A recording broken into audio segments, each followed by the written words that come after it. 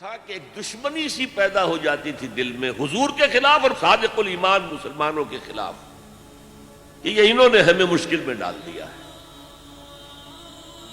ہم ایمان لائے تھے، ہمیں کیا پتا تھا کہ ایمان کے تقاضے یہ ہوں گے؟ ہم سمجھے تھے بس ایک عقیدہ ہے، بدل لیا، اللہ اللہ خیر صلی اللہ۔ یہ تقاضے تو بڑے بھاری ہیں، ان کو پورا کرنا تو آسان نہیں ہے۔ وہ جو اقبال کہتا ہے، تو بچا بچا کے نہ رکھ اسے، تیرا آئینہ ہے وہ آئینہ کہ شکستہ ہو تو عزیز تر ہے نگاہ آئینہ ساز میں۔ جان اور مال بچاؤ نہیں، خرچ کرو۔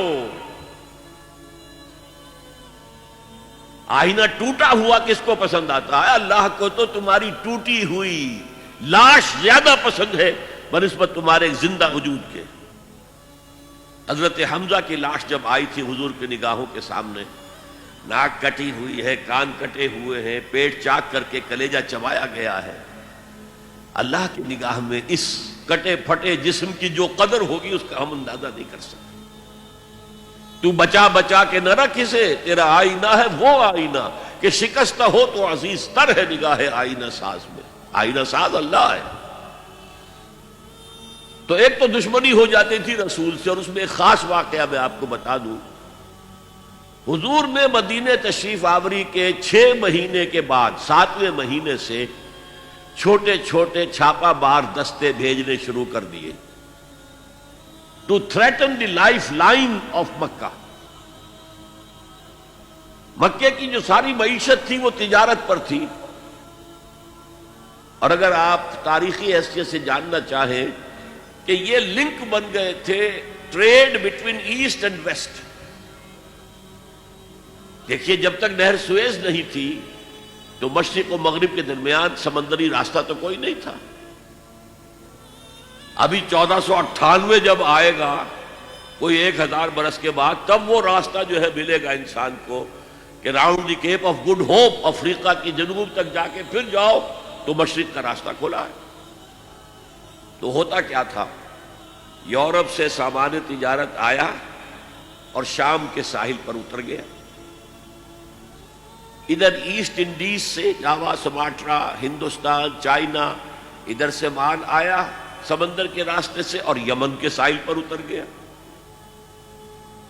And between these 2 points caravans of the Quraysh, they were going to and fro۔ جنوب میں گئے، سردیوں کے زمانے میں وہ جاتے تھے جنوب میں، گرمی کم ہوتی تھی یمن کی طرف، وہاں سے مال اٹھایا اور چلے اب شام تک پہنچ کر شام کے ساحل پر پہنچا دیا۔ وہاں سے شام کا ساحل یورپ کا آیا ہوا سامان اٹھایا اور وہ لا کے سیدھا جنوب میں، سیدھا راستہ تھا بالکل سیدھا، اسٹریٹ ٹو دی نارتھ، اور وہ جو ہے آ کر یمن پہ اتار دیا۔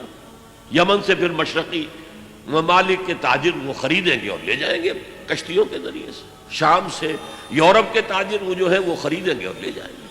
تو یہ کنیکشن بن گئے تھے between the trade between east and west, اور ان کو یہ سہولت حاصل تھی، پروٹیکشن حاصل تھی کہ کوئی بھی قبیلہ عرب کا ان کے کیروان کے اوپر حملہ نہیں کر سکتا تھا، because they were the custodians of کعبہ، اور تمام قبیلوں کے بت کعبے میں رکھے ہوئے تھے as if they were hostages with them۔ کوئی قبیلہ ان کے خلاف جارحیت کرے گا تو وہ اس کے بت کی گردن مروڑ کر باہر پھینکیں گے۔ اس وجہ سے انہیں اس پوری تجارت کے اندر، اور ان کی جو مالی حیثیت بہت بہتر تھی قریش کی، بقیہ پورے عرب سے، اس کا سبب یہ تھا۔ اب حضور نے کیا کیا؟ اسے تھریٹن کیا، we are very much here now. This can be called the economic blockade of Mecca. یہ تھا پھر جس کے نتیجے میں، اچھا اس وقت تک قرآن مجید میں قتال کا حکم نہیں آیا تھا، یہ حضور کی اپنی تدبیر تھی، اپنا اجتہاد تھا۔ تو وہ کہتے ہیں دیکھو جی ابھی قرآن میں تو حکم آیا نہیں، یہ تو کچھ ایڈونچرس آدمی معلوم ہوتے ہیں، ایمبیشس آدمی معلوم ہوتے ہیں، انہوں نے ہمیں مصیبت میں ڈال دیا۔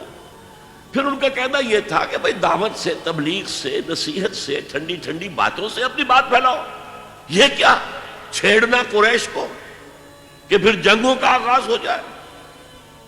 اندر تو تھی اپنی بزدلی، لیکن اس کے اوپر ردے چڑھ رہے تھے فلسفے کے. جیسے ہم کہتے ہیں کہ اگر کسی کو گڑ دے کر مارا جائے تو زہر ضرور دینا ہے. تو اس اعتبار سے وہ حضور سے بھی اپنے دل میں عداوت محسوس کرنے لگے.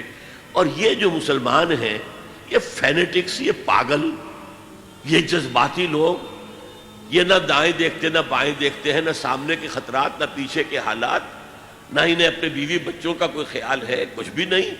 اور یہ فوراً کھڑے ہو جاتے ہیں، چل پڑتے ہیں، فوراً لبیک کہتے ہیں. جب یہ لبیک کہتے ہیں تو ہم نمایاں ہو گئے نا. اگر سب بیٹھے رہتے تو ہم بھی انہیں میں شامل رہتے.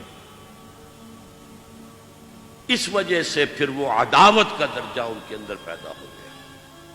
یہ تھرڈ سٹیج ہے ٹیوبرکلوسس کی. نفاق جب اس درجے کو پہنچ جاتا تھا تو اب اس کے علاج کا کوئی امکان نہیں تھا. یہ ہے غیر شعوری نفاق. وہ اپنے آپ کو مسلمان سمجھتے تھے، مسلح سمجھتے تھے، تو یہ پھیلا رہے محمد اور اس کے ساتھی صلی اللہ علیہ وسلم. خامخواہ چیلنج کر رہے ہیں قریش کو. یہ انداز جیسے کہ سورہ بقرہ کے دوسرے رکوع میں ہے، وَإِذَا قِيلَ لَهُمْ لَا تُفْسِدُوا فِي الْأَرْضِ قَالُوا إِنَّمَا نَحْنُ مُصْلِحُونَ.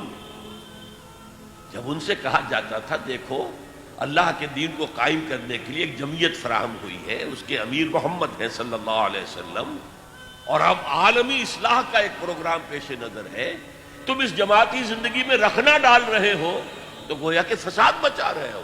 وہ کہتے نہیں، ہم تو جی اصلاح چاہتے ہیں، مصلحین ہیں، یہ فساد تو تم مچا رہے ہو، جنگیں تم نے شروع کر دی ہیں. ہم تو کہتے ہیں کہ صلح کے ساتھ کام کرو اور دعوت و تبلیغ کے ذریعے سے، صرف اس مشنری زیل کے ذریعے سے اپنی بات کو پھیلاؤ. یہ تھے مدینے کے منافقین. اب چند باتیں میں اس نفاق کے ضمن میں اور عرض کر دوں. حضور نے فرمایا صلی اللہ علیہ وسلم نفاق کے بارے میں، ما خافہ الا مومن وما امنہ الا منافق. نفاق کا خوف رہتا ہے صرف صاحب ایمان کو، اور نفاق سے اپنے آپ کو محفوظ سمجھتا ہے صرف منافق. صاحب ایمان تو ہمیشہ اس فکر میں رہتے تھے ہم سے کوئی کمزوری ظاہر نہ ہو جائے، مال اور اولاد کی محبت کہیں ہمارے قدم نہ روک لے، کہیں اللہ کے ہاں ہمارا شمار منافقین میں نہ ہو جائے. کوئی چھوٹی سی تقصیر ہو گئی تو وہ بھی انہیں معلوم ہوتا تھا کہ جیسے پہاڑ ان کے سروں پر آ گیا ہے. حضور نے فرمایا کچھ لوگ ایسے ہوتے ہیں کہ اگر گناہ کر بیٹھتے ہیں تو ایسے محسوس کرتے ہیں کہ پہاڑ تلے آ گئے، اتنا بوجھ، اتنا احساس کے اوپر ثقل.